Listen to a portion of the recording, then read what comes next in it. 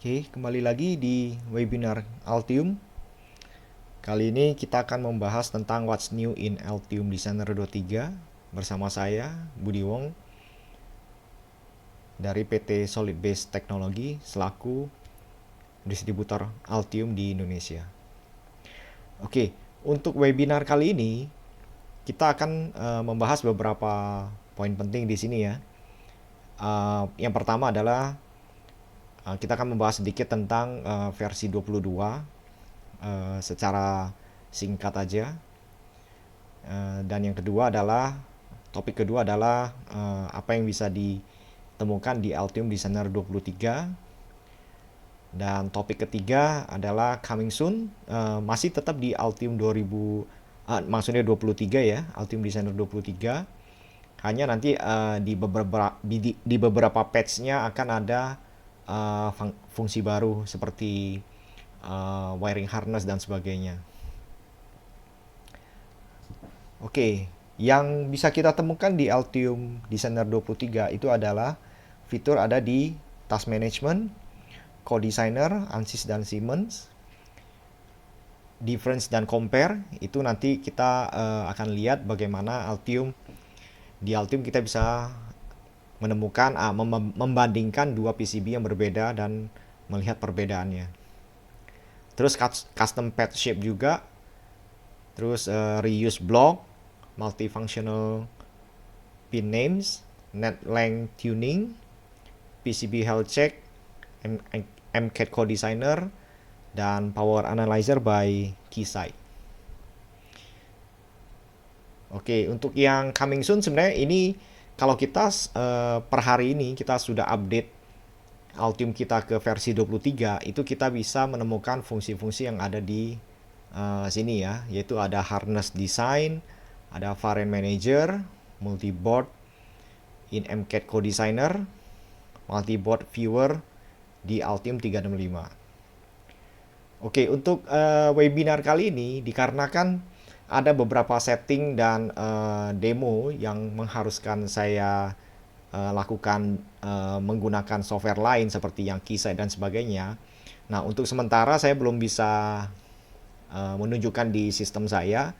Nah, tapi jangan khawatir, saya sudah memakai video resource dari Altium. Jadi nanti saya akan memutarkan video dari Altium dari engineer-nya. Nah, nanti biar bisa dijelaskan tentang varian-varian yang ada di Altium Designer 23 di sini. Oke. Mari kita lihat demonya.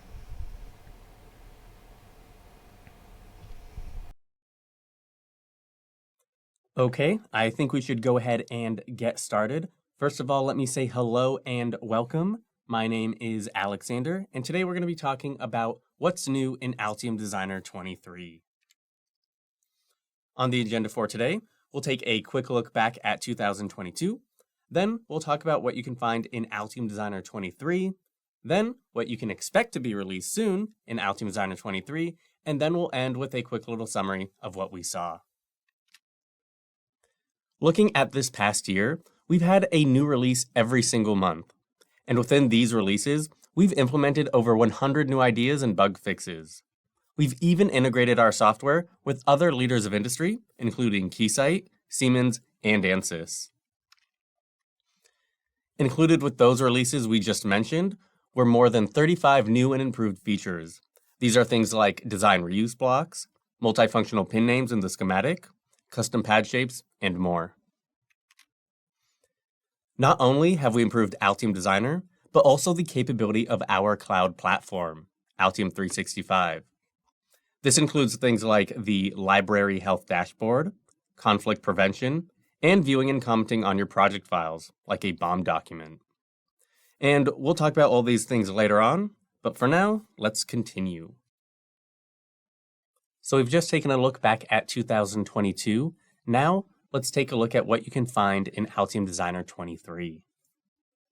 In Altium Designer 23, task management has been improved. You are now able to have project level and workspace level tasks assigned to you. You're able to tag and assign team members in-app, as well as through Altium 365 in your web browser. For each task, you can set a priority, like low, medium, high, or highest priority. And for added information, you're able to specify the stage of the task so other team members can see the progress. Tasks can be created in Altium Designer directly from the Comments and Tasks panel, as well as from a comment.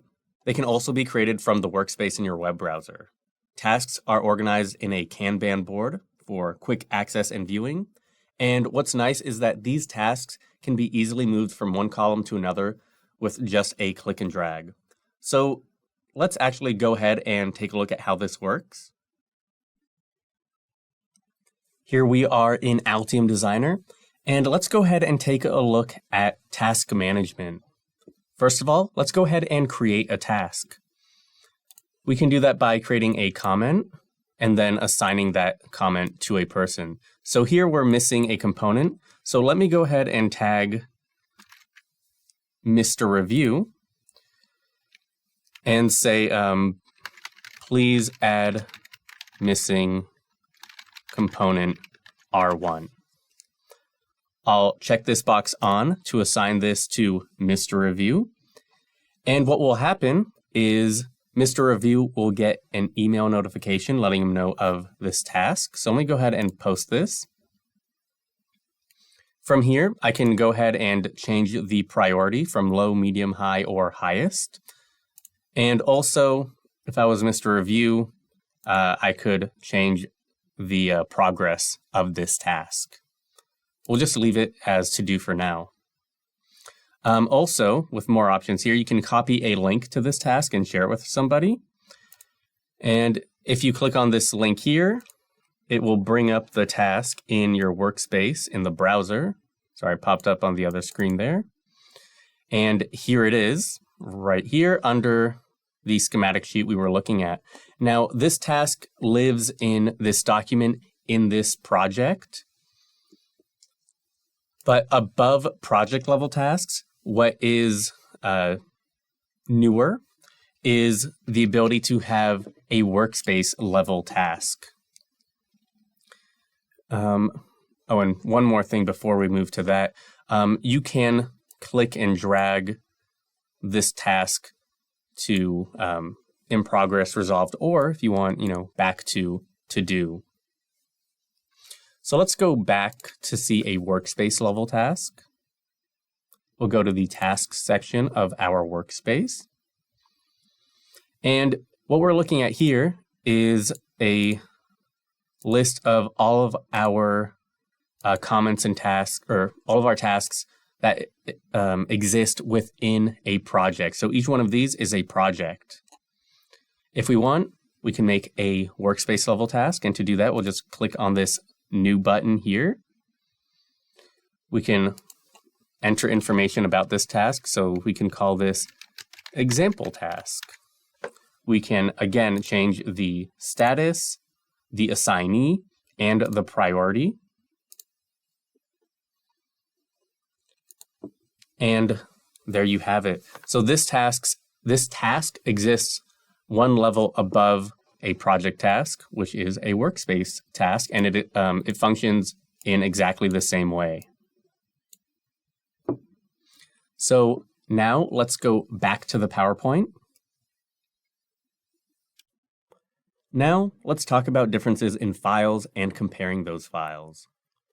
Intelligent file comparison in Altium 365 allows you to compare your Gerbers, BOMs, PCBs, and schematics from different server commits. The comparison system is electronically intelligent and knows not just that a change was made, but what changes were made. It will tell you if you've added or deleted components, nets, or anything else. This is available both in the web browser and Altium Designer application. And being able to compare your files to one another is very helpful for debugging. You can quickly find any problem areas and then fix the problem or even revert back to a working version of your design. So now, let's see this in action. Here we are again in Altium Designer, and here we want to look at difference and compare.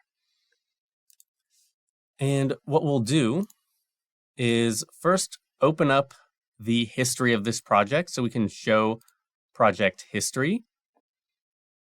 And this can be done, of course, in Altium Designer, which is what we're looking at, and in the browser. So if we show in browser, or I'm sorry, that was show in Explorer, wrong button. Let's do show in web browser. On my other screen here, it popped up, still loading. But here's the project. Now, if we go to history, we have an entire timeline of the project from creation all the way to where we are now. So here we can compare schematic, PCB, Gerber, and BOM documents. So if I want, I can go ahead and compare the Gerber for this release to a previous release. So let's do that. Let's just give this one moment to do the comparison. It's actually pretty quick. So this is the comparison. You can see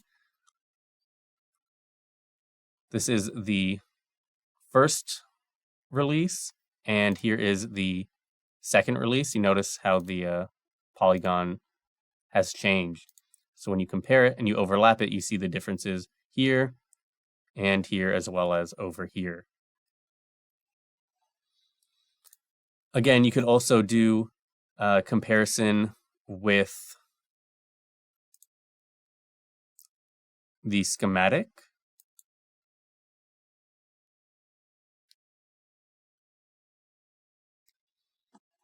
And here you'll notice, if you click on this, this is all interactive. So when you click on it, it zooms in. And we see that R1 was removed, as it mentions here. And it's in red, the old, what is old is in red. So when we click on here, we see that this component has been modified. And it is currently 200K, but the value used to be 100K.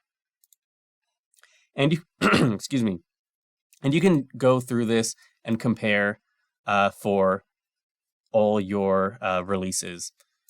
When you do click on a project commit, you do have slightly less options. You don't have the Gerber compare. That's only for a release or a project release. So here's where you can do your Gerber compare. And you could also do your PCB and BOM comparison in the same way. So now let's go back to the PowerPoint. Next, we'll talk about custom pad shapes. In today's devices, we use a variety of components, including those with special requirements, like pads with complex or, let's say, non-standard shapes. Now, Altium Designer is able to quickly adjust to these non-standard pad shapes. You're able to create these pad shapes by converting placed regions or a closed outline, or directly by using the shape dropdown from the Properties panel. In the Properties panel, you can also toggle on and off thermal relief and the rounding of rectangular pads. To simplify a complex design, you can break it down into more digestible logical blocks. And even within each of those schematic blocks, you can continue to break down your circuitry into the most basic building blocks.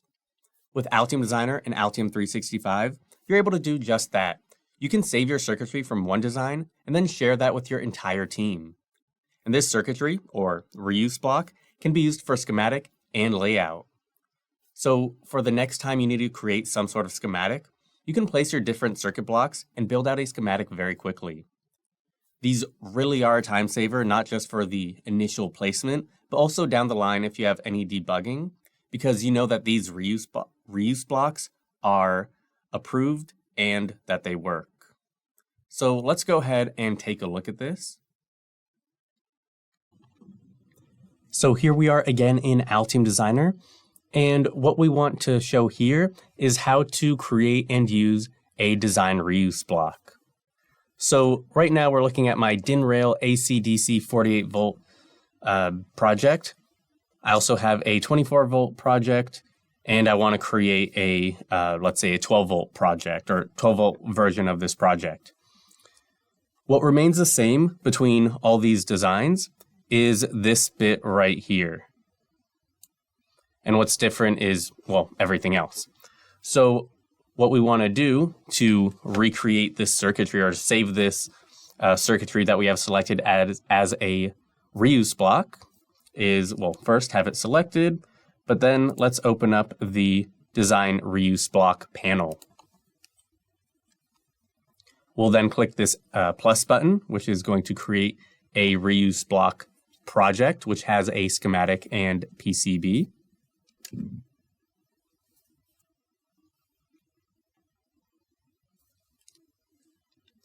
And now, let's just make sure we have this copied. So I want to copy this circuitry and paste it in my new schematic from my reuse block project.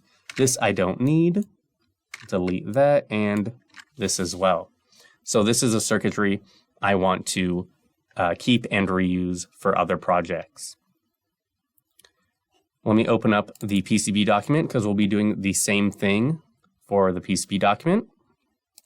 So we'll go back to my original, let's move that over, original project. And in the PCB, you'll notice everything that I have selected in the schematic, let's do that again, is selected in the PCB. So we will select all this. We don't want this selected. Great.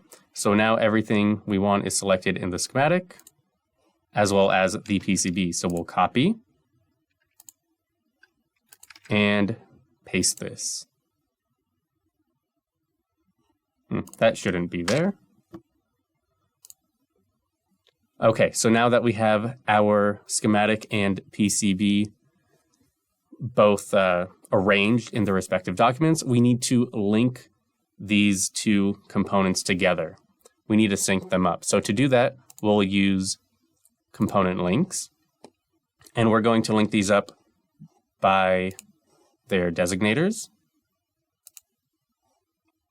And just to make sure we're in sync, let's perform a little update here. We'll execute this ECO. There we go. Now that these are in sync, we can save this to the server.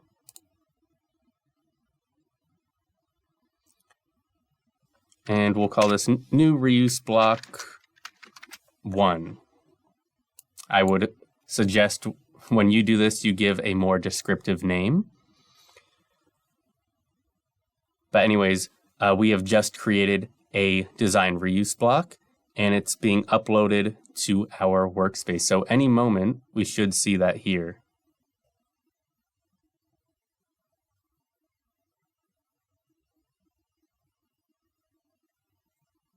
There we go. So now let's go ahead and, just create a new blank project.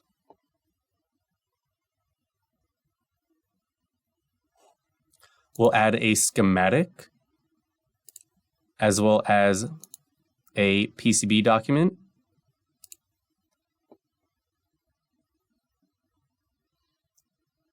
And what we'll do is place this.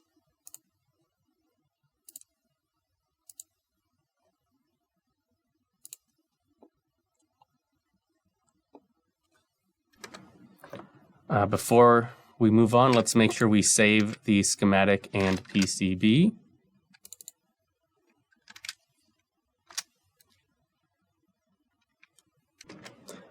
And now what I can do is import these changes. I don't have to go in here and place this. I don't need to do that. What I can do is run an ECO, importing the changes from the schematic. Let's just execute this. And what it will do, it will bring in all of that information already organized and laid out for me. And now all I have to do is just, click and drag this where I need it to go. And that is design reuse blocks. So let's go back to the PowerPoint. Oh, one more thing, sorry to jump, but you do not have to create a single unit of schematic and layout. You can create a standalone schematic reuse block as well as a standalone PCB reuse block. Just wanted to get that in there. So now let's go back to the PowerPoint. Sometimes components have multifunctional outputs for use in different operating scenarios. And it wasn't really possible to put all these functions or names on a single pin while still maintaining clarity. Until now. In Altium Designer, it's now possible to define multiple names for multifunctional pins in your designs. From the Properties panel in the schematic, there's a new Functions field. From here, you can enter a custom name for a pin, which then gets saved as a tag. And you can name your tag whatever you want, including special characters. And to apply the new function to a pin, all you have to do is select a pin in the schematic and then choose the new name from the Pins tab in the Properties panel. So let's go ahead and take a look at how this works. So here we are again in Altium Designer, and what I want to show is how easy it is to add multiple names for a single pin. So if you have a pin with multiple functions, this would be very beneficial. So to do this, let's just select our component. What we want to do is go to our Properties panel and then select Pins. And if we select, for instance, this is pin 6, what we'll do, we'll click on this Edit button. And from here, we can add different functions. So we could type A, B, C. We could even put special characters. So D_1 exclamation mark. Press Enter. And these appear as different tags. So we'll press OK. And those have been applied to this pin. Now, from the pull down, I can select what I want to show.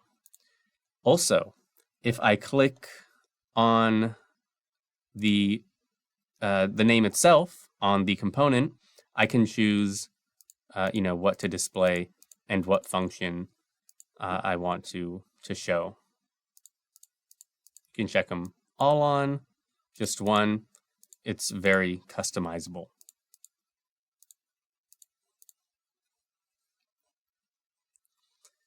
Also, one other way we can go about doing this is by editing the part on our workspace. So right now I just edited this component locally.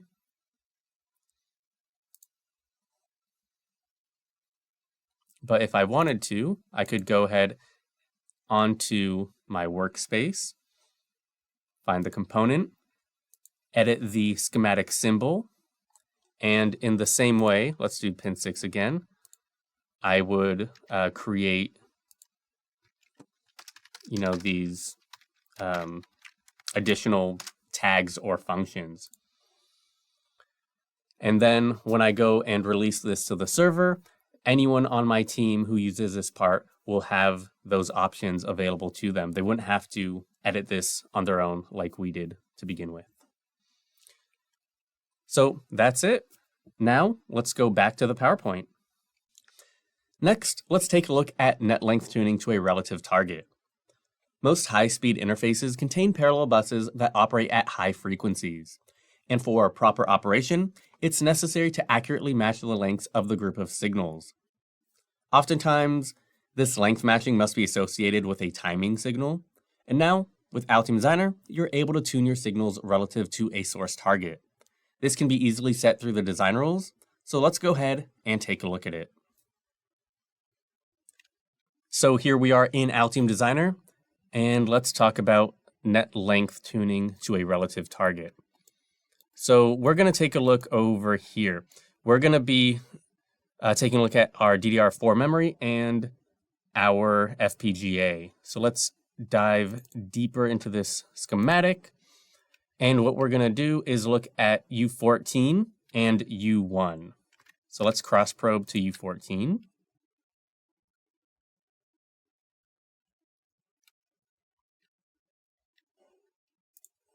Here is our component U14, and U1 is over here.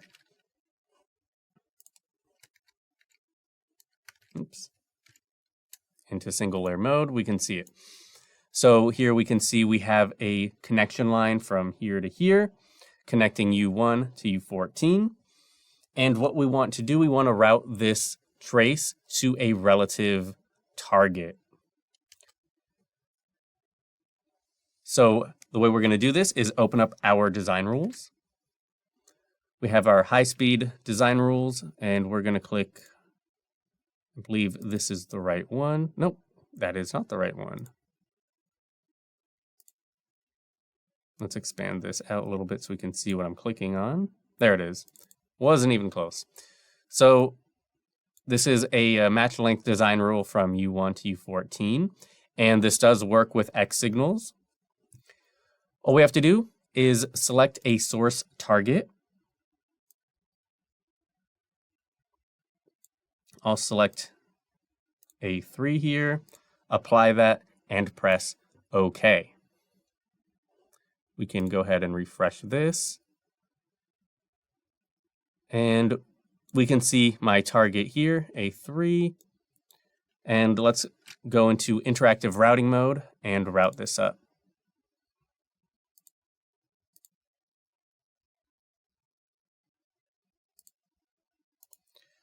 That can be a little bit cleaner. So what I'm going to do is gloss this before we do the interactive length tuning. So I'll gloss the selected, make it look a little bit better. And now we can go ahead and refresh that. Length tune this. So we'll select interactive length tuning, and let's zoom in here. Make it easier to click. We need a lot of tuning for this one. We'll add a length tuning segment there, and one here. There we go. And what is this? This is CSN.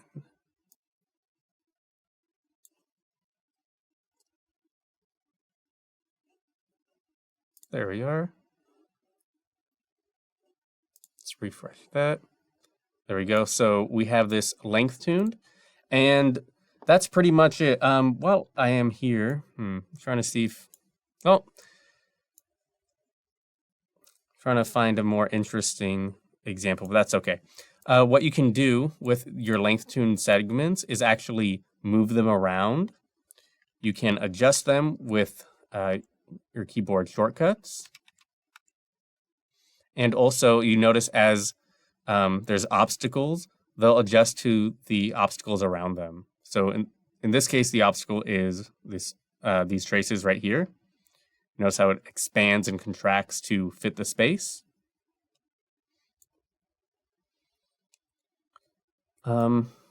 Anything else? I think that's it. Let's jump back to the schematics. Very simple feature, but again, very powerful. Altium Designer has added into the board editor a new health check feature that's focused on improving the reliability of your PCB manufacturing and assembly. In addition to the design rule check, it performs a series of checks on various rules and alerts you to possible problems on the PCB. This can be things like having a 0 area region on your board, microsegments, or having a 360-degree rotation for a component, as opposed to just saying 0 degrees. All found problems are organized into categories and include a badge specifying the severity of the problem. And if you try to export fabrication files while a serious violation exists, a warning window will appear with the list of existing problems as well as suggestions for how to fix them. And the process for fixing violations is pretty straightforward. Each violation entry also doubles as a link, zooming in and highlighting the error on the board. And this makes the errors easy to find and also to fix. And for certain violation types, Altium Designer is even able to fix them automatically. Next, we have the MCAD Co-Designer. Now, the MCAD Co-Designer is something we've had for some time. And for those who are not aware, the MCAD Co-Designer allows Altium Designer users to seamlessly push and pull design data between the electrical and mechanical domains. And this isn't just transferring a step file between the two softwares. What we do is actually build the design in the mechanical tool's native file format. And we do this by utilizing the Altium 365 server. So both the ECAD and MCAD tools connect to the Altium 365 server, which facilitates the file exchange. Both electrical and mechanical engineers stay and work in the tool that they know, understand, and use every single day. Now, we mentioned the MCAD Co-Designer isn't a new tool. What is new is the ability to interface with Siemens NX. So now we support SolidWorks, Creo, Inventor, Fusion 360, and Siemens NX. Power Analyzer by Keysight Technologies is a new extension application for the Altium Designer user interface that gives designers sophisticated power analysis capabilities without any specialized training. With just a few clicks, you can quickly identify and solve power issues during the PCB design process. Quickly locate, understand, and resolve power issues without relying on expensive prototypes, complicated tools, or simulation specialists. Currently, we offer DC analysis, and in the future, we plan to offer AC analysis and more. Understanding the power structure is extremely important and helpful for proper PCB design. The power distribution flow can be understood from a schematic or board, but sometimes that doesn't provide enough clarity. Power Analyzer in Altium Designer automatically breaks down the entire input power system as a clear and readable tree with all the necessary details. It shows the position of any selected circuit in the overall power structure and allows you to easily and quickly navigate to where the voltage originates from, what it passes through, where it goes, and how it's distributed on your board, allowing you to locate any element of the power system with just a single click. Power Analyzer has a heat map display that gives you the ability to pinpoint problem areas on the board. And reading the heat map is easy and intuitive for any level of user, with results displayed directly on top of the PCB, so there's really no guesswork. Using the Properties panel, you can manipulate the heat map, setting up limits, and displaying the current direction. Like with the current density heat map, you're able to display current flow direction and adjust the scale of your heat map. Also, with the voltage drop heat map, there's a visual slider for voltage contour. When enabled, it displays the locations on the heat map where the voltage is equal to the specified voltage contour points, allowing you to easily identify those locations, which can help with the placement of demanding components. When it comes to Power Analyzer functionality, there is a lot more than what we've just spoken about. And really, we could do a whole webinar on just this topic. But for now, I just wanted to give a quick overview, not really an in-detail demonstration. Now that we've looked at 2022 and what's currently available in Altium Designer 23, let's look at what's to come in Altium Designer. Now, let's talk about harness design. Altium Designer currently has the ability to create multi-board designs, and with the new harness design capabilities, you're able to define the connections between them and other peripherals. To create these harness designs, we've added a new project type, as well as some new types of files. We have a wiring diagram, where individual wire and cables are placed to create the required physical connections within the harness. There is also a layout drawing, where the wires and cables are arranged to represent the physical construction of the harness. A BOM document, which contains the harness connectors, and also a manufacturing drawing, which has views from the previously mentioned wiring diagram, layout drawing, and BOM. Any additional information that is required for the manufacturing of the harness can also be added. So now, let's briefly take a look at this in Altium Designer. So here we are in Altium Designer, and what we want to take a look at is harness design. Now, there are two ways to create a harness project. One is by itself, just standalone, and the other is by having it part of a multi-board project, which is what I have here. And when it's part of a multi-board project, the logical connections between the PCB and multi-board project are used to define the connectivity within the harness. So if we look here, this is the logical representation of my multi-board project. We have my different boards here and the connections between them. Now, this information will be passed down to my harness project here with the harness wiring diagram. Now remember, the harness wiring diagram is where individual wires and cables are placed to create the required physical connections within the harness.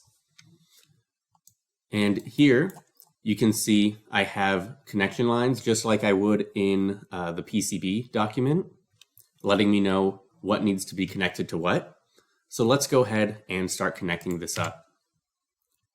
So I'm going to go ahead and place a harness wire. And I'm going to connect pin 4 of P1 to pin 1 of P3, P4, and P5.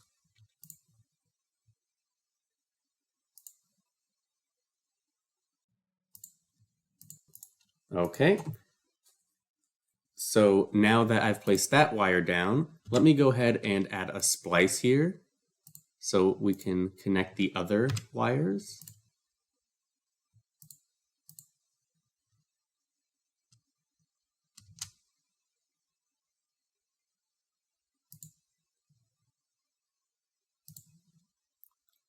Then we'll add this one here, and finally our last one. There it is. So now we've wired it all up. Let's go ahead and adjust the color. So if we go to the properties panel with those selected, we can adjust the color to something like green. Okay, so now that that's all wired up, let's take a look at our layout drawing. And the layout drawing is where the wires and cables are arranged to represent the physical construction of the harness. And very quickly, if we select within our layout drawing, the harness, and we click in here, one of our wires, we can see the path of our wire 8 or W8 wire, traveling from P1 all the way to P5.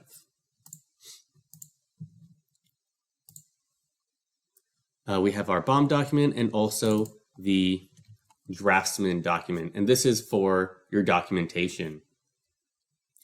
Here we have a view, a layout view, if I am correct on that. Yep, this is our layout drawing view, and we've already started to dimension this out. And dimensions, just like in Draftsman for a regular PCB project, it's very easy to start placing dimensions. It's really just a single click. There's also other views available to us, like the wiring diagram view. Let's go ahead and update this, and this will import the changes from our design. So now this looks exactly as it should and how we created it a few moments ago.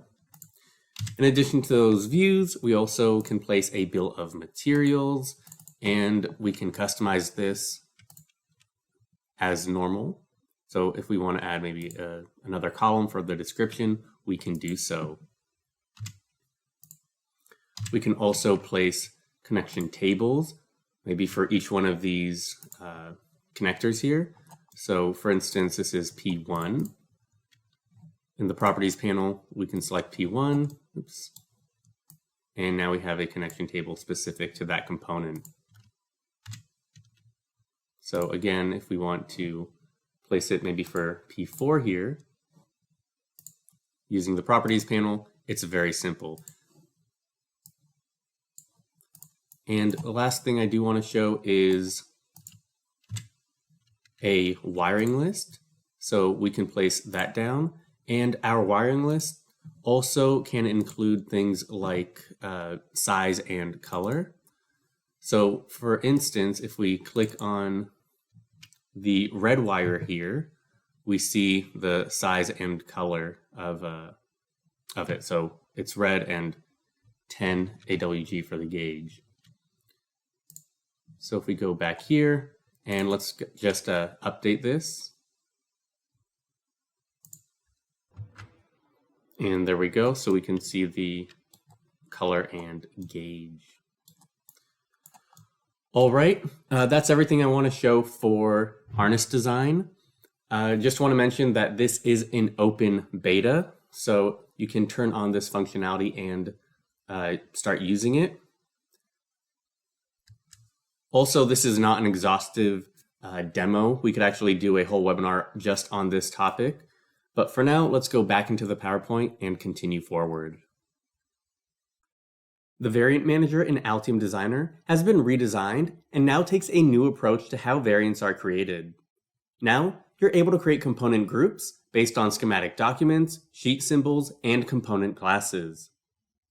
You then configure variants with these groups. And groups can be thought of as a type of variant themselves, just at a lower level. They're more like a sub-circuit variant that is used to create the larger PCB variant. And doing things this way makes creating variants much easier, especially if you're dealing with several variants in a project. Also, I do want to mention that this new variant manager is in open beta. So if you have Altium Designer 23, you can go ahead and turn this functionality on. So now let's go into Altium Designer and take a look. Here we are in Altium Designer. And what we want to do is create a variant for this design. Actually, we want to create several variants for this design. And this is just a little PC board. And what we want to do is create a low-end, high-end, and mid-range version of this product. And we're going to use the new variant manager to do so. So let's go ahead and open that up.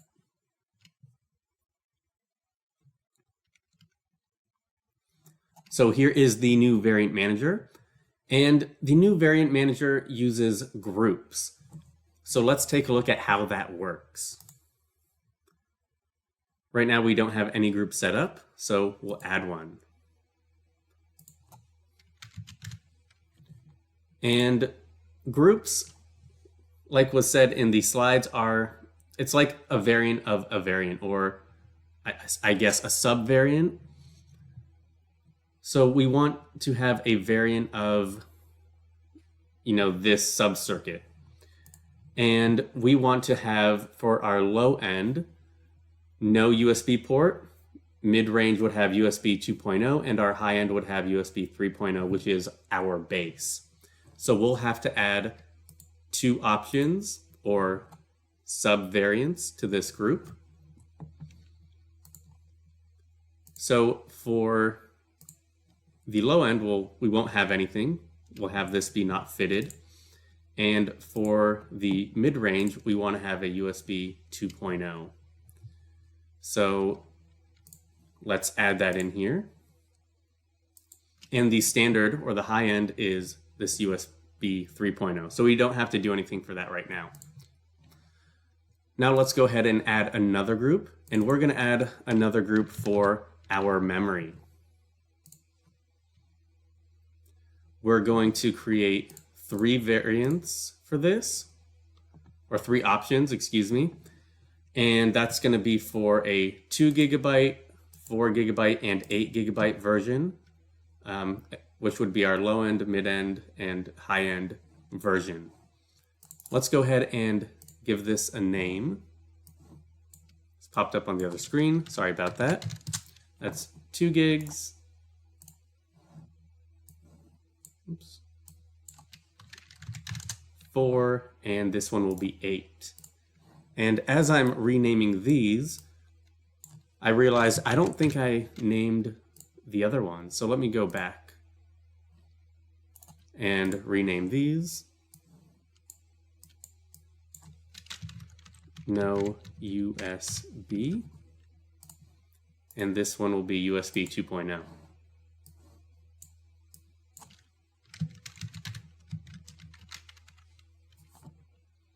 Okay, now let's go back to our DDR4 memory. And for U14 and 15, we will have an alternative part.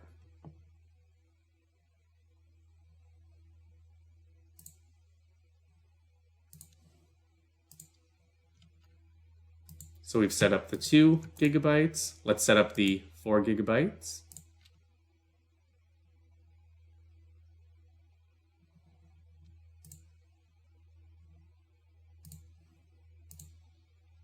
And lastly, in the same way, we will set up our 8 gigabyte group.